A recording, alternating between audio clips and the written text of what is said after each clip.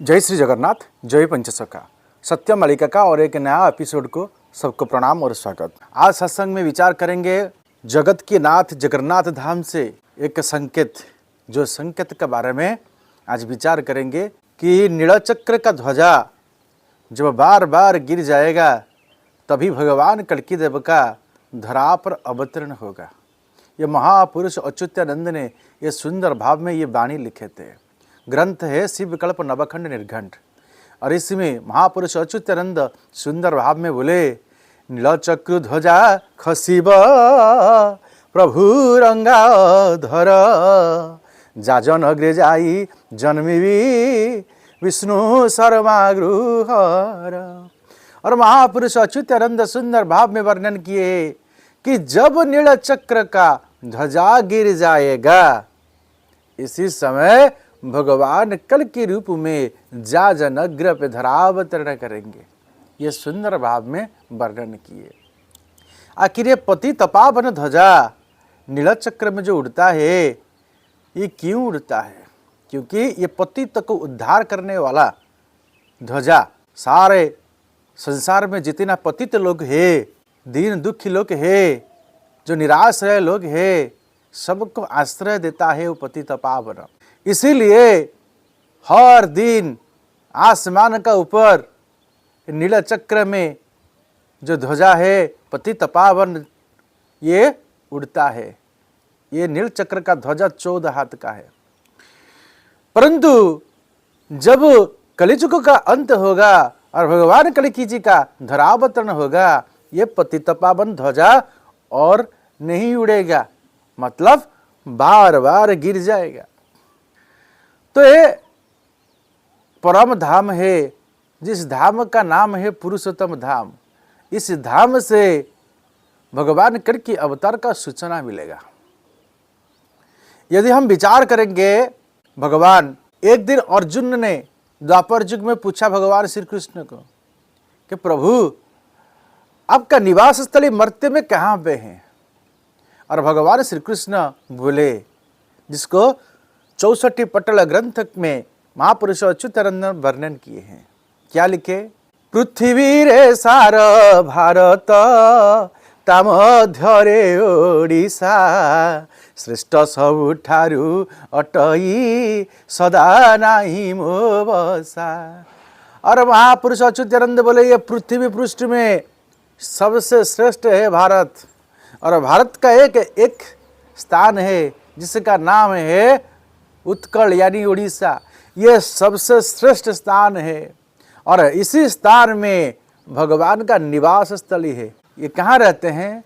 न नीलगिरी बोली जे स्थान, जही मर्त्य वैकुंठ, सही स्थान है मोरो निवास, सुन धर्म कनिष्ठ। और सुंदर भाव में अर्जुन को बोल रहे हैं भगवान कृष्ण, कल उड़ीसा में एक ही जगह है नीलगिरी, और इसी स्थान में मेरा निवास है। और हे धर्म कनिष्ठ, हे अर्जुन, ये मर्त्य का वैकुंठ है। और ये पवित्र स्थान का महिमा क्या है?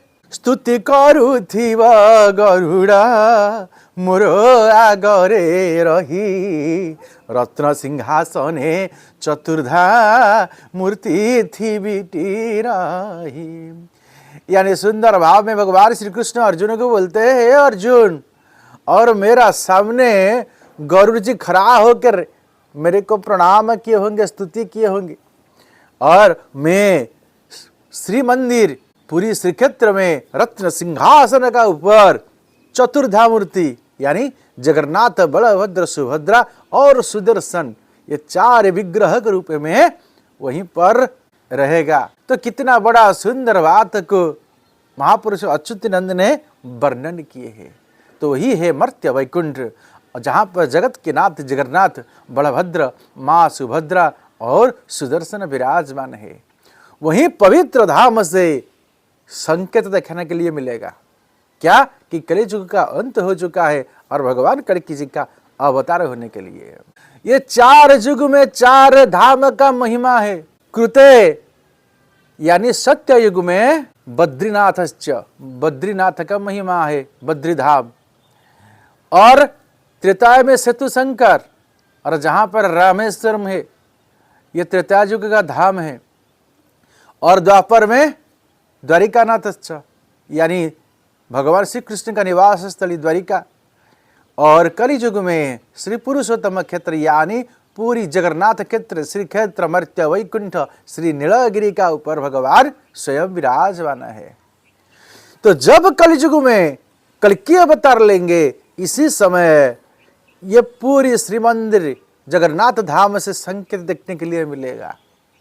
और यही संकेत को देखने के बाद भक्त लोगों का मन में विश्वास होगा। बाना नाम हो जाऊं पतित पावन पतित रे दया हेला पचरा कनारे गरम रही बुझी सुझी बाबू खेला।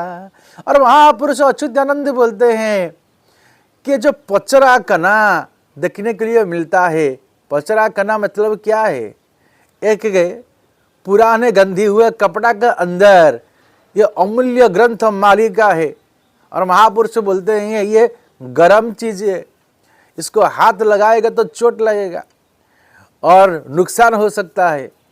तो जिसका ऊपर भगवान का कृपा है वो ही भगवान का निर्देश से मालिका को खोल के बता सकता है। और जिसको भगवान का निर्देश नहीं है और सत्य नहीं बोल पाएगा, इन लोगों को मालिका को खोल के बताना नहीं चाहिए। और यदि बताओगे तो महापुरुष जी का निंदा होगा। तो आजकल सब लोग ये मालिका को खोल के बताते हैं। तो मालिका बताना बड़ा बात नहीं है, सत्य का रास्ता पे बताना, जितना भी मालूम है सत्य है इसी को बताना। झूठ मूठ करके मालिका को बोलना, लोगों को प्रेडिक्शन करना, ये सही नहीं है, क्योंकि ये महापुरुष जी का अभिशाप पड़ेगा उनका ऊपर। तो जो ही व्यक्ति मालिका को बोलते हैं सही तरफ से बोलिए। ये मालिका ऐसा वस्तु है, ये भी पतित पावन है। भगवान का ध्वजा जो आसमान पर नीलचक्र में उड़ता है वो भी पतित पावन है। और भगवान जगन्नाथ स्वयं पतित पावन है, क्योंकि एक ध्वजा आसमान पर उड़ता है वो पतित को उद्धार करने के लिए, और स्वयं जगन्नाथ जो पतित का नायक है, पतितता का देखभाल करते हैं, पतित का ऊपर दया करते हैं, वो भी जगत के स्वामी है, ये भी पतित पावन है। और जो ग्रंथ है कलियुग का ग्रंथ, भविष्यत ग्रंथ, 1,85,000 ग्रंथ, जो पचरा कना यानी ये पुराने एक कपड़ा का अंदर जो ग्रंथ को महापुरुष सुंदर भाव में वर्णन किए के रखे हैं, ये कलियुग के भक्त लोगों के लिए। और इस भक्त लोग इस पवित्र ग्रंथ मालिका को पढ़कर वो समझेंगे कि अगले समय पर क्या होने वाला है। और महापुरुष उन भक्तों के लिए बोले हैं कि ये चेतुआ भक्त, यानी वो जब पढ़ेंगे उनका चेता लौटेगा। और महापुरुष बोले क्या? चेतुआ भक्त निमंते रखिछि 318 खंड पामर च्युत्य गीतरे भणिले न जानती दुरुदंड। जो भक्त लोग का चेता है, इस भक्त के लिए मैं 318 खंड ग्रंथ रचना किया, जो उसका अंदर भविष्य मालिका है। और महापुरुष कितना सुंदर भाव, कितना प्रेम में लिखे हैं। जब कलियुग का अंत होगा, जब धर्म संस्थापना का समय आएगा, और जब नील चक्र का पतित पावन बाना गिर जाएगा, इसी समय भगवान कल्कि जी का अवतार होगा। कहाँ पर? जाजनगर पे होगा, जिसको महापुरुष अच्युतानंद ने सुंदर भाव में वर्णन की है शिव कल्प नवखंड निर्घंट में।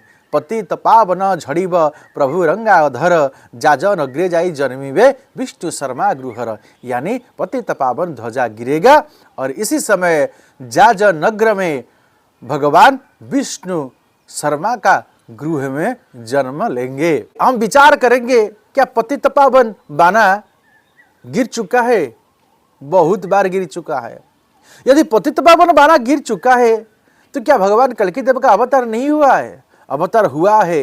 महापुरुष की वाणी अकाट्य हे टलिब नाही जे एकथा निश्चय होइब दिने टाकी रही भरोसा करी भक्त माने भक्त लोग प्रतीक्षा किए हैं ये महापुरुष जी की वाणी स्वयं हरिदास की वाणी कभी भी असत्य नहीं होगा। ये महापुरुष अच्युतानंद भी वर्णन किए हैं मेरा वाणी पत्थर का आगार है ये कभी भी असत्य नहीं होगा। तो ये पतित पावन ध्वजा कब गिरा हुआ है? यदि हम देखेंगे 24 मई 2016 को पतित पावन बाना उड़ गया नीलचक्र से और बिना पवन में पतित पावन बाना 2017 सितंबर 8 को भी उड़ गया और नीचे गिर गया और 2017 सितंबर 26 को ज़्यादा बारिश होने का कारण में और एक बार पतित पावन बाना उड़ गया था। तो ये बार बार ये संकेत मिलता है कि पतित पावन बाना उड़ जाता है और नीचे गिर जाता है। और जब फनी हुआ 3 मई 2019 को इसी समय भी पतित पावन ध्वजा उड़ गया।